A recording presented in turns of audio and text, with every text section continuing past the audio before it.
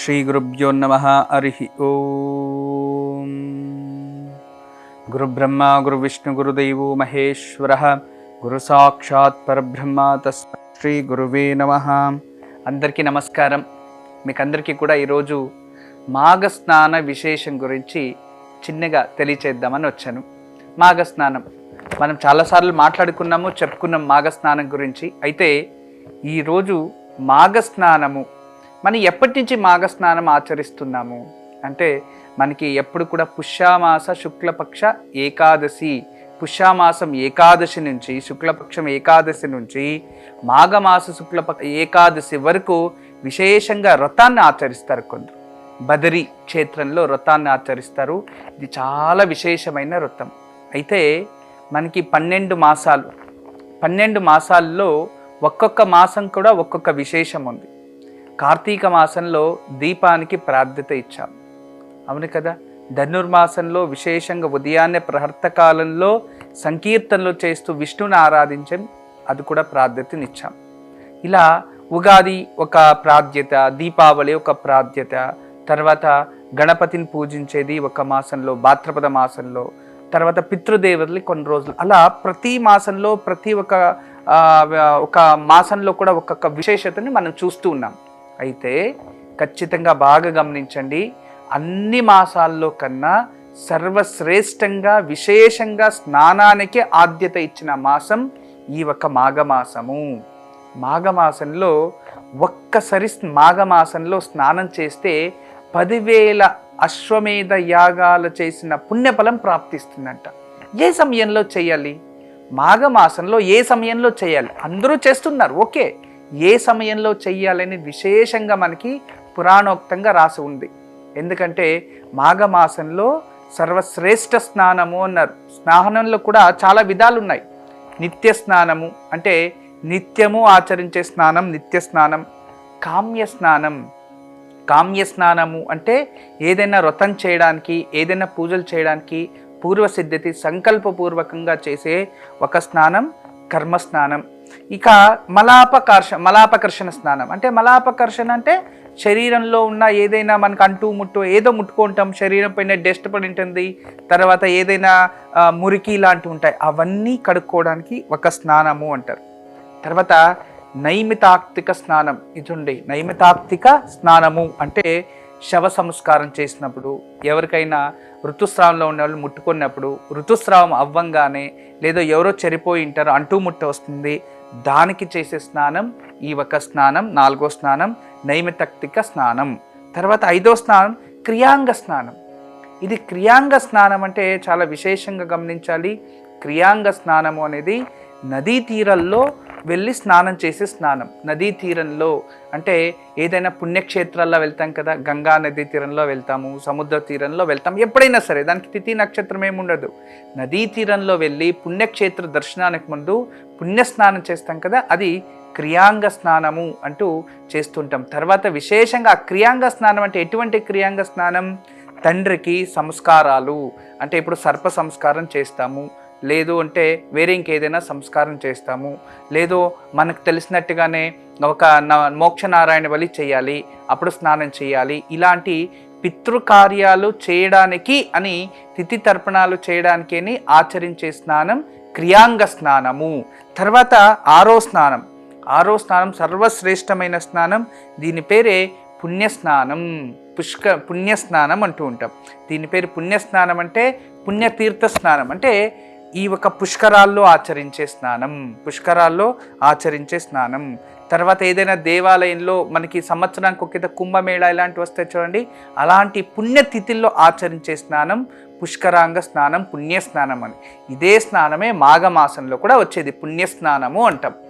మాఘమాసంలో మీరు ఎంత దేవాది దేవతలు పూజ చేసినా, ఎన్ని ధర్మాలు చేసినా, ఎన్ని దానాలు చేసినా, ఎటువంటి ఆచరించినా కూడా మనకి స్నానం చేయనిది ఆ పుణ్యఫలం ప్రాప్తించదు, గుర్తుపెట్టుకోండి। అందువలన దయచేసి మీ జన్మలో కృతం చూడండి, మనకి తెలిసి తెలియకుండా ఏదో ఒక పాపాలు ఉంటాయి, ఏదో ఒక కర్మాలు ఉంటాయి, అవన్నీ దూరం అవ్వాలంటే ఖచ్చితంగా మనము మాఘ స్నానాన్ని ఆచరించాలి. మాఘ స్నానంలో ఆచరించాలి. ఎక్కడ ఆచరించాలి? మాఘ స్నానంలో విశేషం ఏంటి? ఎక్కడ ఆచరించాలంటే మాఘ స్నానంలో సముద్ర స్నానం విశేషం అని చెప్పింది, తర్వాత నది స్నానం విశేషం అని చెప్పింది, సరోవర స్నానం విశేషం అని చెప్పింది. అంటే సముద్ర నది సాగరాల్లో మనము ఆచరించవచ్చు. మనకి దగ్గరలో ఉన్న నది సముద్ర సాగరాల్లో పవిత్రమైన నది లేదంటే గంగా, కావేరి, తర్వాత మనకి దగ్గరలోనే ఉంది, మనకి అందరికీ కూడా చాలా దగ్గరలోనే ఉంటుంది. పుష్కరాలు మనం ఆచరిస్తున్నాము. కృష్ణానది కూడా చాలా పవిత్రమైన నది.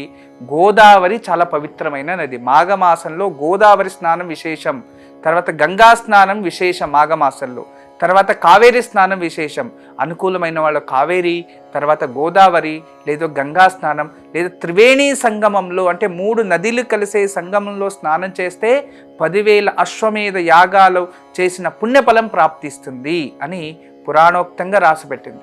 మనకి అగ్ని పురాణంలో, తర్వాత విశేషం విష్ణు పురాణంలో, వరాహ పురాణంలో ఇవన్నీ కూడా చాలా విశేషంగా మనకు లభిస్తాయి. మాఘమాసం గురించి చాలా చక్కగా అందులో రాశారు. మాఘమాసంలో ఈ మాఘమాసంలో స్నానమే విశేషం. మరియు ఈ మాఘమాసంలో ఏ తిథిలో స్నానం చేయమని చెప్తుంది పురాణోక్తంగా? ఇన్ని రోజులు మౌని అమావాస్య అని చేశాము, లేదా ఇంకోటి చేసాము ఓకే, కానీ సర్వశ్రేష్టమైన రోజులు 3 రోజులు మాత్రమే చెప్పింది మాఘమాసంలో. అంటే మాఘమాసంలో శుక్ల త్రయోదశి, మాఘమాసంలో శుక్లపక్షంలో వచ్చే త్రయోదశి, చతుర్దశి, పౌర్ణమి రోజు.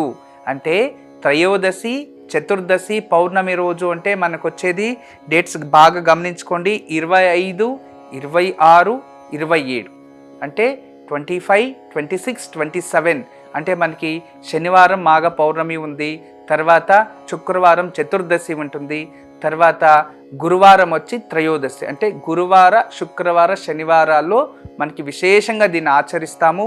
మాఘ పౌర్ణమి స్నానం చాలా విశేషం.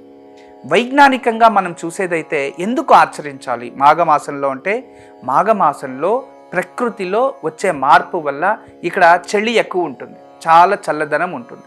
అలా అని సూర్యుని కిరణాలు ప్రతికూలంగా ఉండవు. అంటే సూర్యకిరణాలు యథేచ్ఛంగా మన శరీరం పైన పడవు. ప్రకృతి పైన ఎప్పుడైతే సూర్యుని కిరణాలు పడతలేదో అప్పుడు ప్రకృతిలో చుట్టుపక్కల ఏదైనా వ్యత్యాసాలు అవుతాయి. అంటే ఒక వైరస్ కూడా మనకి కంటిన్యూస్గా 10 రోజులు వర్షం వస్తే మనం క్లైమేట్ ఇన్ఫెక్షన్, కొత్తగా వైరస్ ఉంది, అందుకే జబ్బు జలుబు అవి ఇవి అంటాం. అలాగే ప్రకృతి నుంచి వచ్చే సూర్యుని కిరణాలు యథేచ్ఛంగా భూమిపైన పడలేదు అంటే చాలా వైరస్ ఉత్పత్తి అవుతూ ఉంటాయి. అదే విధానంగా మాఘమాసంలో మనకి యథేచ్ఛంగా మన శరీరం పైన సూర్యుని కిరణాలు పడవు. చాలా చలిగా ఉంటుంది, మంచిగా ఉంటుంది. తర్వాత ఆ సూర్యుని కిరణాలు వెలుగు ప్రకృతిలో ఉన్న ప్రతి ఒక్క దాన్ని కూడా సహజంగా మన శరీరం తీసుకోవడానికి మందగిస్తుంది. అందుకే చాలా బద్ధకం అనిపిస్తూ ఉంటుంది, ఉదయం త్వరగా లేవలేము, ఇలా ఉంటుంది. అందుకే ఈ సమయంలో మనం వెళ్ళి స్నానం చేయడం వలన ఆ ప్రకృతిలో ఉన్న చైతన్య శక్తి నదిలో ఆకర్షించింది, సముద్రం ఆకర్షించింది. యథేచ్ఛంగా సూర్యుని కిరణాలు అందులో పడి ఆ ఒక నది పైన ప్రవహించే నది పైన పడి అందులో ఒక దివ్యమైన శక్తి ఆవిర్భవిస్తుంది. అప్పుడు మనము ఆ నదీ తీరంలో స్నానం చేయడం వలన, నదిలో స్నానం చేస్తే ఆ శక్తి అనేది శరీరం ఆకర్షించి శరీరం చైతన్యవంతంగా ఆరోగ్యంగా ఉంటుంది. అంటే మాఘమాసంలో స్నానం చేస్తే 10 సంవత్సరాలు ఆరోగ్యంగా ఉంటాడంట. అంత అద్భుతమైన విశేషం ఇది. ఆరోగ్యానికి మంచిది. మానసికంగా శక్తి ఉంటే మనం ఏదైనా ఎదిరించవచ్చు. ధైర్య సాహసే లక్ష్మి అంటాం చూడండి. ధైర్యం ఉండాలంటే మానసిక శక్తి ఉండాలి. మానసిక శక్తి ఉండాలి అంటే మనకి ఎవరైనా ప్రోత్సాహ బలం కావాలి. మనం మాఘమాసంలో స్నానం చేస్తే దైవశక్తి ప్రోత్సాహ బలం మనకు ప్రాప్తిస్తుంది. మన శారీరకంగానూ దృఢంగా ఉంటాను, మానసికంగానూ దృఢంగా ఉంటాము. అప్పుడు ఏదైనా చెయ్యగలం. అందువలన మాఘమాసంలో త్రయోదశి, శుక్లపక్ష త్రయోదశి, శుక్లపక్ష చతుర్దశి మరియు పౌర్ణమి రోజు ఖచ్చితంగా నదీ తీరం స్నానం చేయండి. మనకి ఎక్కడ దూరంగా వెళ్ళడానికి అవకాశం లేదు అన్న చుట్టుపక్కల ఎక్కడైనా నదీ తీరంలో స్నానం చేయండి, పుణ్యబలం కట్టుకోండి అంతే. వేరే ఏ పూజలో, వేరే యాగాలు, హోమాలు, దాన ధర్మాలు నేను చేయమని చెప్తలేదు. చుట్టుపక్కల ఉన్నవారు దగ్గరలో ఉన్న నదీ తీరంలో వెళ్ళి స్నానం చేసుకొని వచ్చి స్వార్పణం అంటే చాలు. ఖచ్చితంగా పరమేశ్వరుని ఆశీస్సులు, ఆ మహావిష్ణు ఆశీస్సులు యథేచ్ఛంగా మనకి ప్రాప్తిస్తాయి. మాఘమాసంలో స్నానం చేయండి.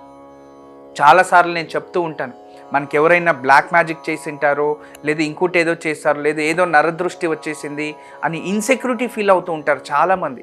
మీకు అందరికీ చెప్పేది ఒకటే, ఎవరో ఏదో చేశారో అని అలాంటిది ఏమైనా అనిపిస్తూ ఉంటే మీరు వెళ్ళి స్నానం చేస్తారండి. నదిలో స్నానం చేసి వస్తూ ఉంటే అప్పుడప్పుడు అలాంటి నెగిటివ్ ఎనర్జీలన్నీ దూరం అయిపోతాయి. ఎందుకంటే ఎవరు చేస్తున్నారు అని అనుభవించే వాళ్ళకి మాకు తెలుస్తుంది అని చాలామంది వాదిస్తూ ఉంటారు కదా. అందువలన అలాంటి వారు కూడా ఈ మాఘమాసంలో స్నానం చేస్తే మీ పైన ఎటువంటి ప్రభావాలు ఉన్నా కూడా, నెగిటివ్ ఎనర్జీ మీ పైన ఉందో, లేదా చేటపడి ఎవరో చేశారో అని అలాంటి ఏదైనా అపనమ్మకాలు మీ పైన ఉన్నా, నమ్మకం ఉన్నా కూడా అది కూడా తొలగిపోతుంది. దాని నుంచి దయచేసి చేయండి. అంటే క్షుద్ర పూజ వల్ల మీపై ఎటువంటి ప్రభావం ఉన్నా కూడా ఆ ప్రభావం తొలగిపోతుంది. క్షుద్ర పూజ ప్రభావం వెళ్ళిపోవాలన్నా మాఘమాసంలో స్నానం చేయాలి.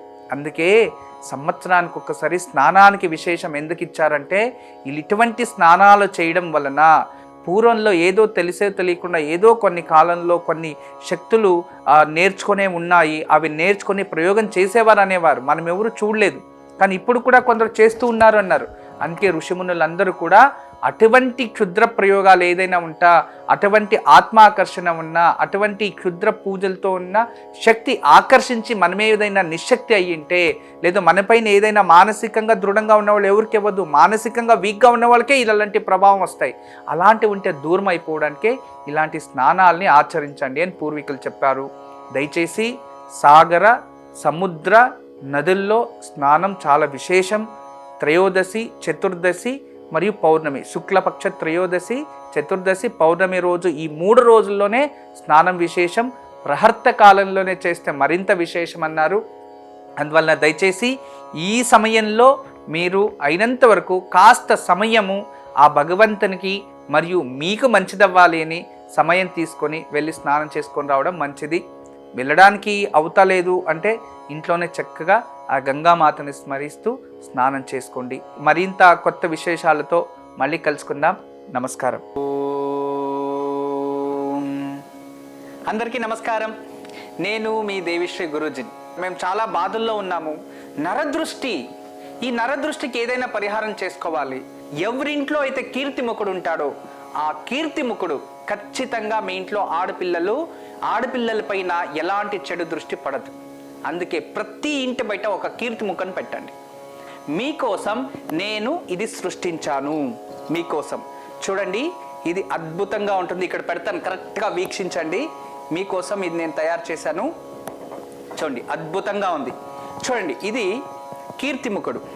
చూడండి, ఇది కీర్తిముఖుడు ఉంటుంది. ఇక్కడ గణపతి, ఇక్కడ సర్పాలు, ఇక్కడ గరుడ ఉంది. ఇది మన ఇంటికి డోర్ కావచ్చు, లేదా డోర్ పైన సింహద్వారం పైన కావచ్చు, సింహద్వారానికి కావచ్చు, సింహద్వారానికి లెఫ్ట్ కావచ్చు, రైట్ కావచ్చు.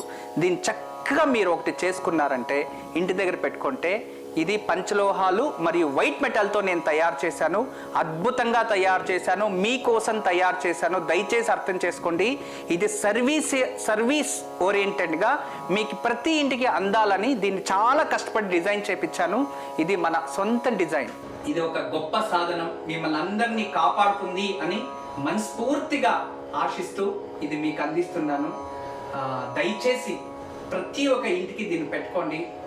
మీ దగ్గర ఎలాంటి దుష్ట శక్తులు, చెడు దృష్టులు ఏంటి మీ పైన పడదు. ఎలాంటి చెడు దృష్టులు మీ ఇంటి పైన పడదు, మీ పైన పడదు. మీ పిల్లలు కీర్తివంతులు అవుతారు. పేరే చెప్తుంది కదా, కీర్తి పురుషుడు. మీ కీర్తి ప్రతిష్ట పెరుగుతుంది, మీ పిల్లల కీర్తి ప్రతిష్ట పెరుగుతుంది. మీ ఇంట్లో ఉన్న జనాలపైన మంచి దృష్టి పడుతుంది. అద్భుతమైన సాధనం కీర్తిముఖుడు. స్వీకరించండి, ఇది మీకోసం ఇస్తున్నాను. నమస్కారం.